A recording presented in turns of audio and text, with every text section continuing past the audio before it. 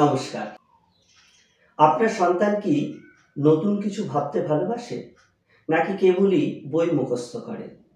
শিশুর চিন্তা শক্তি ও সৃজনশীলতা বিকাশের জন্য চাই সঠিক পদ্ধতি। আজকের ভিডিওতে আমরা জানব শিশুর সৃজনশীলতা বাড়ানোর 5টি কার্যকর উপায়।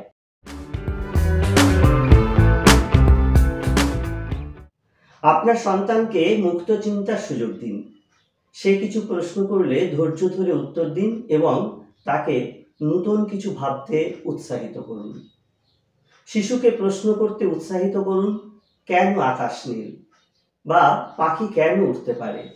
উত্তর জানা না থাকলে শিশুর সাথে মিলিয়ে আপনিও উত্তর খোঁজার চেষ্টা করুন। কল্পনা করার জন্য উন্মুক্ত প্রশ্ন করুন। তুমি যদি সুপার হিরো হতে কি করতে? গল্প বলা ও গল্প বানাতে উৎসাহ দিন। গল্প বলা বা গল্প বানানো শিশুর সৃজনশীলতা বাড়ায়। গল্প তৈরি করার সময় তারা কল্পনা এবং চিন্তা শক্তি কাজে লাগায়। শিশুকে বলুন, তুমি একটি কল্পনার প্রাণী বানাও। সেই প্রাণীর বিশেষ ক্ষমতা কি থাকবে সেগুলি লেখো। একসঙ্গে গল্প বানানোর খেলা খেলুন। শিশুকে নিজস্ব গল্প বা অভিজ্ঞতা শেয়ার করতে বলুন। শিশুর সৃজনশীলতা বাড়ানোর জন্য আর্ট, সঙ্গীত এবং খেলার ভূমিকা অপরিসীম। এসব কার্যকলাপে শিশুর কল্পনা শক্তি, মনোযোগ এবং উদ্ভাবনী ক্ষমতা বাড়ে। শিশুকে আঁকিবুকি করতে দিন, গানের মাধ্যমে গল্প বলা বা গান বানাতে বলুন। মুক্তভাবে খেলতে দিন। রান্নাবান্নার খেলাতেও তাকে উৎসাহ দিন।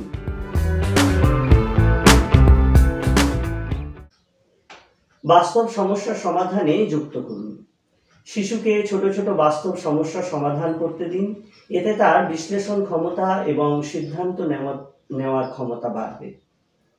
শিশুকে বলুন, তোমার খেলনা ভেঙে গেছে, কি করে ঠিক করবে তুমিই ভাবো। পাজল গেম খেলার সুযোগ দিন। বাস্তব সমস্যার সমাধান করাতে তাকে বিশেষভাবে উৎসাহিত করুন। প্রকৃতির সঙ্গে পরিচিত হলে তার পর্যবেক্ষণ শক্তি এবং কল্পনা শক্তির বিকাশ ঘটে। শিশুকে বাইরে নিয়ে যান, পাখি বা গাছ চেনান, প্রকৃতি নিয়ে প্রশ্ন করুন। পিঁপড়েরা সারিবদ্ধভাবে চলে কেন? বাস্তব অভিজ্ঞতার মাধ্যমে শেখান। শিশুর চিন্তা শক্তি ও সৃজনশীলতা বাড়াতে বাবা মায়ের ভূমিকা গুরুত্বপূর্ণ।